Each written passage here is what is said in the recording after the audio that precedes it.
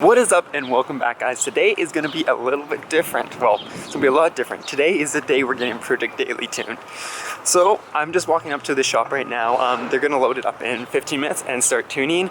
But this is the place we drop it off, IAG Performance. They've been in my videos before.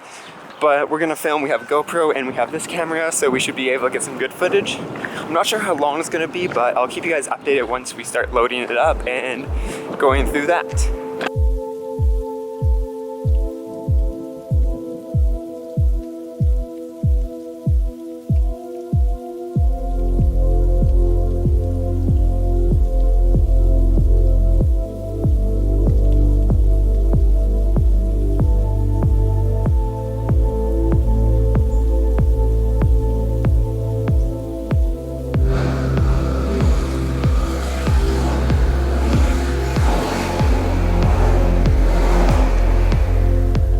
They just finished doing the base map, so just making sure everything's good, going through the map and everything, going through the mods and going on that, and then they loaded it up.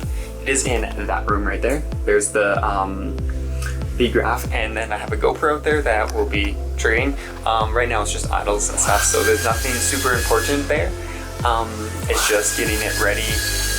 They won't be doing full throttle pulls for a minute. Also, the exhaust is pointed right at me, so it's gonna be hard to hear me if I talk anything, but it's just idling right now.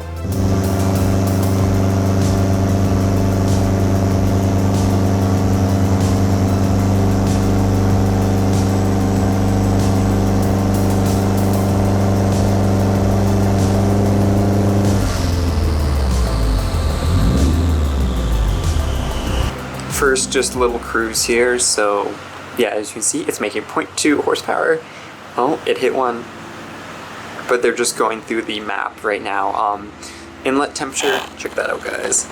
That's minty. That we're doing good with all our stuff. That's something I'm really interested in, but the rest should be good. Oh yeah. And then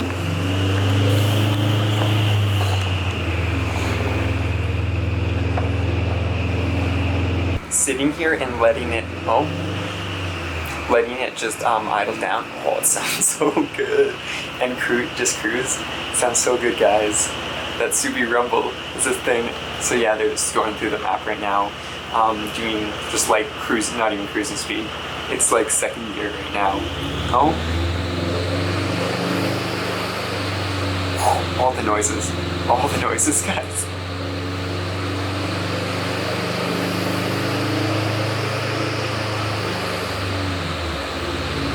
Air fuel ratio, it has, I don't know what high speed lambda is, but I know what everything else is, so I kind of know what's going on. It's going 25 miles per hour at 2 grand. Didn't run a speed run, just ran it up to 6,500. And guys, 127, no, it's because we made like 2 pounds of boost because, well, they're just starting, not even power runs, just making sure that the map is fine.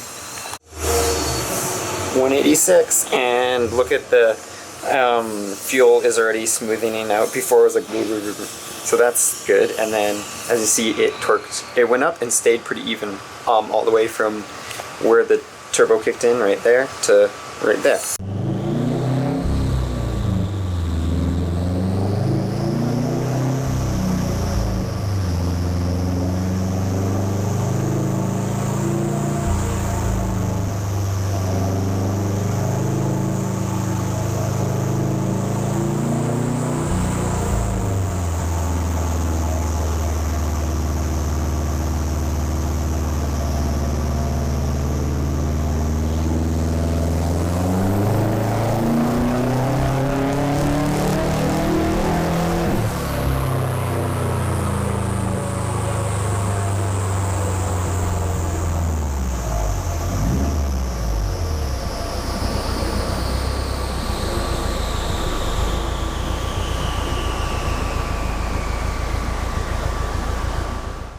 .247 and it cut. I don't know why. But look at that curve. It's not very smooth, but we're getting somewhere, guys. So fun story, guys. The fuel pump died. That's why I'm actually walking out of here, is because the fuel pump died and they're actually going to be putting one in. They found one in stock. So I'm going to go to work now and then come back around 3, and then they're gonna continue tuning it. But it's nice that they have the pump in stock. They didn't know if they did, but they found one, so they're gonna replace the pump and then call me, and I'm gonna go back. So on that last run, that's why it cut out, because they weren't getting enough fuel pressure. So the fuel pressure died, and that's because the pump died. So they're replacing it. I guess this is a really common thing on GDs and GCs. So what are you gonna do? They're gonna put it in while it's on the dyno. They gotta drain the tank and whatever. So I'm gonna go to work for a couple hours, then come back, and we're gonna film the last of the tuning, I guess. So see you guys later. So we're in the garage without the car, and we're left vexed. You know how I said I was gonna be back in 3 hours? Nah, that ain't happening, guys. So let's sit down, and I'll tell you guys a little story about this. So essentially what happened is when we left, the plan was to replace the fuel pump with a new one. Ryan found one in their storage room. It was an AEM one, so it was a high performance, high flow one that would fit in there, and we could replace it on the dyno, get it ready, and then I'd come back in about 3 hours and we'd go tune it. Well, as you can probably tell, we're in here without a car, and that didn't happen. So long story short, the car's a little bit rusty, and it got to the gas tank. So what happened there is they went to go pull the hanger that holds the fuel pump in the tank off of the fuel tank under the rear seat. And when they did that, they couldn't do it. So essentially what happens is you pull off the line, your high pressure line, that has a little clip on there, and that little clip wouldn't come off. So they pried on it because it was so seized, it actually snapped right off, and it still wasn't coming off. Even with the clip off and it not actually attached to the line, it was still attached.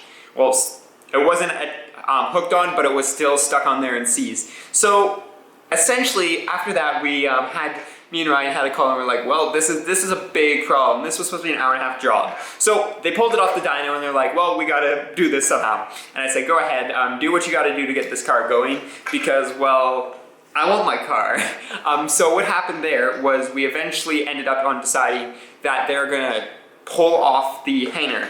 And at that moment, I didn't know exactly what was going on. As we speak, they are finishing it up, so I'll go through the whole story.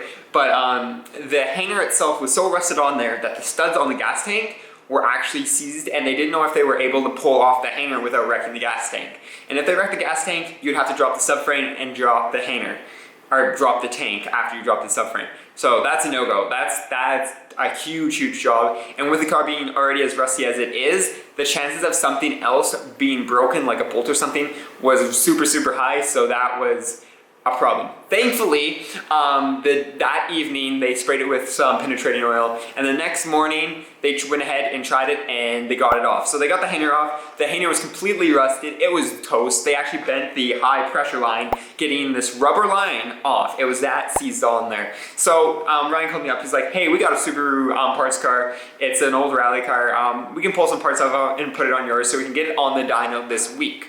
So that's essentially what they did. They took off the 2002 WRX hanger. And actually that was a good thing because of the design that Subaru did when they brought the STI, the first USDM STI to North America. They put the fuel filter in on the fuel hanger.